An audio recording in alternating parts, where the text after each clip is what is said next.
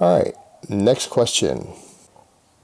Do you have some tips to get bigger, stronger forearms, particularly the wrists? I'm running your 5x5 program, really happy with the results, but my arms are not gifted and my forearms even less. Do you think I should add some accessory lifts for it or just keep running the program? Because I know on most of the lifts my grip is being stimulated, but my wrists are going to get stronger, my forearms bigger just by doing progressive overload. Yeah, they're all going to get stronger. I mean, your wrist strength is not what you're thinking of. Wrist strength is more about forearm strength. The wrist bone is going to be limited. You're not going to develop anything around that. It's just tendons and skin. There's not really muscle there to grow. That strength has to do with your forearm flexors, extensors, and the connective tissue there. As far as your grip growing, I wouldn't worry about it early on. Normally I would say, well, maybe throw in some hammer curls or something. But my 5x5 program has you barbell rowing with a pronated grip 3 days a week. That actually, if you look at the motion, works the same muscles in the arm that the hammer curl does, and you're using a heavy progression in addition to the fact that you're doing curls and other stuff also. So there is actual bicep work, but I've got you deadlifting heavy. I have you doing heavy barbell rows with pretty high weekly volume. And then there's even chin-ups to be done in there. So your forearm work should be sufficient. Just give it time with the progressive overload. By the time you double your strength on the barbell rows and the deadlift in the program, you should see some very noticeable hypertrophy differences in your forearms, as long as you're not doing something silly like using straps. So that should pretty much cover it. And when you get done with the novice program, if you have lagging body parts and you're an intermediate, that's when you come in and do specialized work for it. Run the program out till you kind of milk the gains out of it, and then start addressing your weak points, and cutting out some of the stuff for your dominant body parts a little bit as you get near the end of the program. And maybe you get to the 9th or 10th month mark into the program, then you could start addressing some of your weak points and adjusting it, but realize that you're kind of shifted off the program at that point. But if you're a novice lifter, you don't have weak body parts, your whole body is weak. You need to bring up everything, and that's what the program is designed to do. All right, next question. You've just given guidelines to what constitutes a clean versus a dirty diet, but how about what constitutes a slow bulk where body fat gain is relatively non-existent, where you're always going to gain a little bit, versus a faster bulk where body fat gain is acceptable and accounted for with a cut afterwards? Time frames, weight gain per pound per week, body fat ranges to stay within, specifically for strength athletes like Olympic lifters and power lifters who are a little taller. Cheers, mate. Yeah, dirty bulk is when you're doing anything over about 10% calorie surplus. You're gaining anything over about half a pound a week, or you extend your bulk for an extended period of time. But I'm going to tell most of you guys, here's the truth. On a true bulk, your ratio of muscle to fat gain starts to shift more and more the longer you run it, because you get diminished returns and your body goes kind of in a little more fat storage mode. What I would recommend for most guys who are trying to stay as lean as possible, do a clean bulk, don't run it more than about 8 weeks, 2 months, and then do a recomp phase. So for most of you guys, you're probably going to want to break that up. You could break it up with your periodization and stuff too. Like, for example, let's say you're running one of my linear programs that runs a 12-week series. You could do a 10% bulk, so you're consuming a 10% calorie surplus. That means if your maintenance is 3,000 calories, consume about 3,300 calories. That is only going to let you gain about half a pound a week. You do that for 8 weeks, you're going to put on 4 pounds, very, very, very little fat gain most likely, depending upon how advanced you are. You're going to gain 4 pounds or so roughly, not accounting for water weight. You could do that for 8 weeks and then go into a recomposition phase to where you either rotate, stagger calories throughout the week to stay at maintenance. So you could have deficit days and then refeeding days. There's things like that, like UD 2.0 is an example.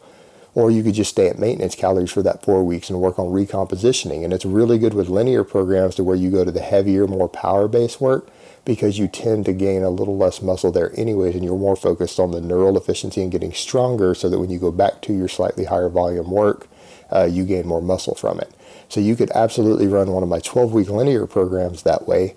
You could bulk for 8 weeks on a clean bulk, recomp for 4 weeks, and then you'll end up being with very little or no fat gain by the time you're done with the 12 weeks. So your body fat percentage should end up being the same as when you started. And that's a nice way to do things. That's a perfect example of a clean bulk. You limit the total surplus and you limit the time frame, and then maybe do recompositions in between. And we would count that as very much a clean bulk. Whereas in a dirty bulk, you're just like, screw it, I'm going to go on a 15-20% calorie surplus, and I'm going to do it for 3 or 4 or 5 months straight. That would be a dirty bulk. All right, next question. Vegan Gains called you a bald, fat nobody in his latest video. Are you going to address this scrawny tofu eating prick? Well, first thing, people always throw the bald thing out. Guys, I'm technically not bald. And people will say, oh, that's being defensive. You are bald. No, I'm trying to be bald. Sorry about that. Had a neighbor's truck there. I'm a bald wannabe. I shave my head because, one, I think it looks better. It's easier to maintain. And I have bad psoriasis. And by shaving my head, it keeps the psoriasis off my scalp. So I don't get big lesions and stuff that bleed on it. Hair doesn't work for me on my scalp. I inject testosterone, hoping that it will make me bald. In fact, I'm starting to wonder if I'm not adopted or if my mother wasn't adopted, because her father was bald, and he started going bald in his early 30s. I'm 39 and I'm still not bald. I have a little bit of thinning hair. I'm not bald. I'm trying to be bald. I want to be bald. So I'm actually just a big fat wannabe baldy. I can't even be bald. I'm failing at it. So I have to use a razor. I'm trying, guys. I'm pinning testosterone. I'm trying to make my hair fall out, and it's not falling out. It would save me a lot of trouble shaving. So in the meantime, I just keep shaving it. So technically I have a shaved head and not a bald head. As far as the rest of it goes, big fat nobody. Well, it's interesting because you've got Michael Hearn making multiple videos about me. You've got Vegan Gains who's calling me that, making multiple videos about me. So I guess my question becomes, if I'm a bald fat nobody, why do you guys keep talking about me? Why do you guys keep making videos about me if I'm a nobody? What does that make you? Just saying, guys. All right. We're done with the general questions. It's time to hop over to a couple little like peptide and TRT related questions. So let's get over to those. So for those who don't want that stuff or the personal questions at the end, peace out. You guys have a great week, and I hope it's been informative. All right, next question. Jason, what legal peptides would facilitate tendon health and recovery for endurance and strength athletes? I'm looking into Mechano Growth Factor as a viable option. Thanks. Mechano Growth Factor is just soft tissue. Mechano Growth Factor tends to be localized recovery, growth, the possible hyperplasia, possible site enhancement for where you pin it. It's not going to do a lot for your connective tissue unless there's new data I'm not aware of. There might be new data on this in humans that I'm not aware of. If there is, I apologize. What's probably going to help you the most for connective tissue as far as legal peptides is going to be going back to the GHRPs and GHRHs, particularly working together for that synergy for those little spikes in HGH production, either the morning type ones or the nighttime ones. There are plenty of them that work really well at night that last a little longer, or you can do the various ones like GHRP2 with ModGRF for 2 or 3 injections in the morning. Any of that combination is probably going to do a little more for your connective tissue than Mechano Growth Factor will. Mechano Growth Factor tends to be muscle tissue only. I'm not aware of any data showing it might help with tendons and connective tissue, but the GHRHs and GHRP2s can to some extent. So that's where you want to look into. All right, next question. Last video, you mentioned how someone looking to start a cycle needs to clean their diet up because they already are putting 1 bullet in the chamber. How would this relate to someone on TRT and not cycling? Well, it's a totally different animal, guys. When I talk about the 1 bullet in a chamber, the amount of negative stuff you do in your life, you're playing a game of odds. Are you going to die early or suffer health consequences, like playing Russian roulette?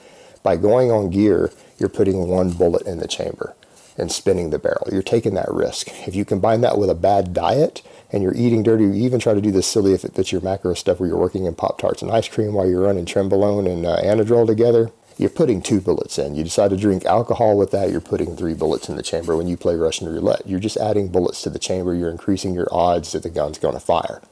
It's a great analogy and way to look at it. You're stacking risk factors, and every one you stack, the odds go up that you're going to have a problem. So the difference there is that we're talking about guys doing that. Guys who are on TRT are using testosterone to stay in the normal, healthy range. For guys who legitimately need TRT, not guys who just decide they're going to run it on their own, but guys who have a legitimate medical need for TRT, they're pulling a bullet out of the chamber. It's the exact opposite effect. We have plenty of studies. I showed you guys a massive meta-analysis on that a while back, showing that TRT in men who have legitimately low testosterone, they have dramatically lower stroke and heart attack rates. It actually increases your chances of surviving longer. It increases your quality of life. So you're pulling a bullet out of the chamber. We're talking about something totally different. However, I will also say if you have clinically low testosterone in and of itself, you've got a risk factor, so you should probably be careful with your diet. You're probably getting older. You already know you got one health issue. You should probably still pay attention to your diet because you don't want to stack other risk factors with a pre-existing health problem. Again, it's about not stacking bullets in there, but we are dealing with the exact opposite thing here. TRT improves health. Anabolic abuse or heavy use can add risk factors to your health. So here's the exact opposite. You really shouldn't be thinking of them in that same way.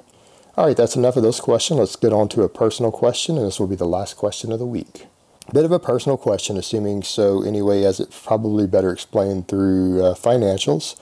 How come you have not thought about doing coaching either online or in person? You clearly have the knowledge and experience in both nutrition and training, know a fair bit about biomechanics, so video analysis wouldn't be difficult, and to top it all off, you competed in both PL and BB and have extensive knowledge about PEDs.